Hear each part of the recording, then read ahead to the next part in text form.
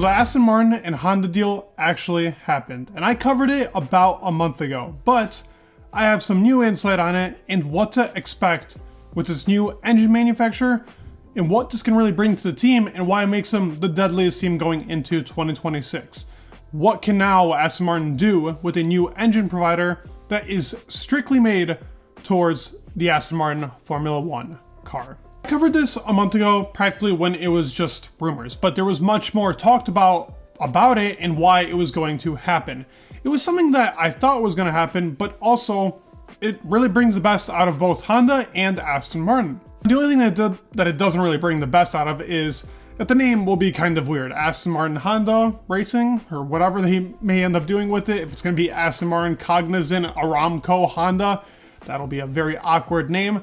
They are going to be the engine provider, so I wonder if they're going to do kind of like what Red Bull has done. They don't really have Red Bull Honda Racing. They did have it for their first year, but when it was HRC, but that was also still very I'm telling you, it's going to be a really weird name, and being able to figure that out will be funny. It'll be funny to listen to when we first see it, because Aston Martin, prestigious company, Honda, great company, but they're completely opposite. So now seeing them in one car will be funny. And now they essentially have two home Grand Prix.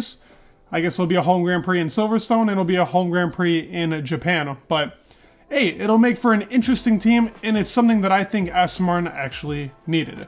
Them being really, I guess, intertwined with Mercedes is something that they always needed to fade away from. If you want to be a big team, you got to really do it on your own. Now, it depends on how they do it. Will it be good or will it be bad?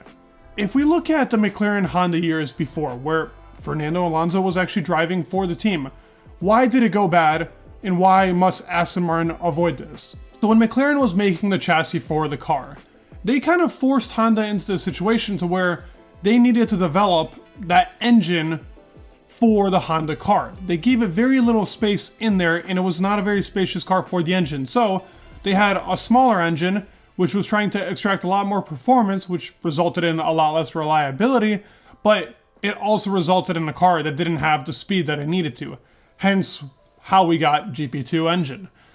The car and the actual chassis itself was a great chassis. The airflow on it was almost perfect. It was just as good as any Mercedes car or Red Bull car, but the engine was so pathetic that they could not even get anywhere really near the pecking order when it came to top teams. Yes, they were a team now that was by themselves. They were only team with Honda. Now, Aston Martin will be that same team, which is what makes them such a real threat to everybody else. But as I talked about, they can't be very micromanaging with this Honda team, and I don't think that will be the case. I think Honda has been working on a 2026 engine, and where their real strengths really lie, as we see in the Red Bull car, will be in the electrical side. Now, obviously, the side that's not electrical is also just as important, as it is a 50-50 split. But ERS will be a lot more important, and the whole overtaking aspect and DRS efficiency will now really rely on a even better engine. It's why the Red Bull car is so fast. As soon as it starts draining that battery and uses its triple DRS overtaking ability, it flies really through any team with flying colors. Now, Aston Martin will have that exact same type of advantage, but now they have years upon years to work upon it because they have already signed that deal, and now they can work upon it even longer. And I wonder if they can kind of pull this kind of interesting trick that Red Bull actually did with their Ford Red Bull powertrains, where they wanted a little bit more time to work on it in comparison to other teams.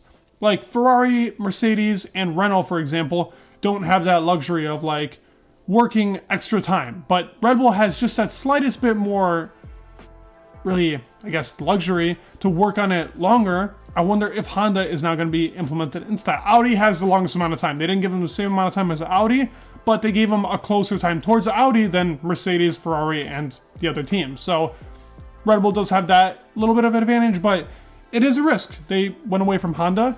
Now they're by themselves, and now they're with Aston Martin, the biggest really team coming out of 2023 with its huge leap.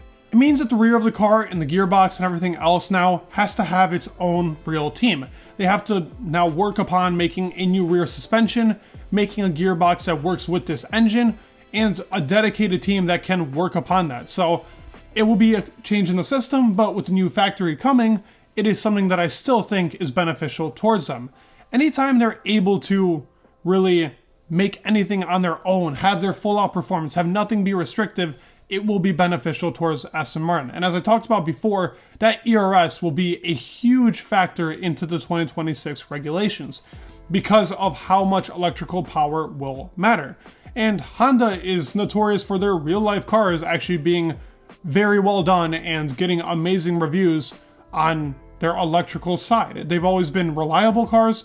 They're even fast cars, but their batteries have been great. So this just enhances the performance even more for Aston Martin going into a Formula One engine. And we saw how important a Formula One engine was in the new set of regulations for 2022. Now, while that Red Bull car was inferior to the Ferrari, I think, in cornering speed, they were super fast in the straights, and it allowed them to actually make a car even better for its future really causes. With the Red Bull car, what makes it so unique and what makes it so fast in the engine department is also that their gearbox is a lot smaller than others. It did result in what we saw with the drive shaft issues, but Red Bull was able to resolve that very quickly due to working on reliability and not having to rely as much on overworking their gearbox. Now they've been able to be a lot more efficient with it. Will penalties come? Probably, but when you're that fast and the rest of the field is now catching up to you, I think a penalty or two won't do really much to threat your championship battle for the year. But for Aston Martin's side and for Mercedes' side, their gearbox is huge. Yeah, it's reliable, but they're slow and they're not picking up on that straight line speed as much as they really can be extracting with a new engine dedicated to working on the car and getting that full out performance. This Honda deal brings, really for Dan Fowles and Lawrence Stroll, everything they dreamed of. Now it's about execution and not micromanaging. It's very much dependent on what can they pull out in this, I would say, short period of time in 3 years. It is a big deal because of the new change, because of the new factory. They're bringing up essentially a new team, and what they've been able to extract in this year and continuing on, which I think will be even more success. It is important that obviously they leave Mercedes off on a good note. They do actually make the engines in their real life cars, so that relationship will stay. I don't think that will be changing, but the components of their Formula One car will now be completely different, and their reliance on the rear of the car will now not be a thing. So they will be held fully accountable if a mistake or two has happened and if reliability goes out the window. I do expect in their first year for their reliability to be like a bit of an issue. I think always getting down the reliability in, even we saw in 2022, that Ferrari engine in any other car was blown up every other race. Even the Renault engine was blown up, but it's been pretty decent so far. We haven't really seen many unreliable issues. I say that, and now I'm remembering what happened to Charles in Bahrain, but in the new regulations, reliability is always a tricky cause.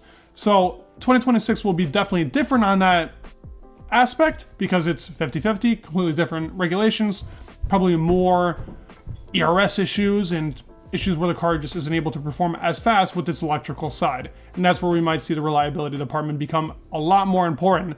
And now engine upgrades will be a bigger thing because the engines are frozen now, and now going into 2026, having new engine rules where it's not frozen will be a big deal, and it will be a lot cooler to see the cars flying a lot faster and starting from scratch. Let me know your thoughts down below. What do you guys think of the deal? Do you guys think it's essential towards Aston Martin, and what are your thoughts about it? Let me know your thoughts down below. Please leave a like, subscribe. It would mean the world, and peace.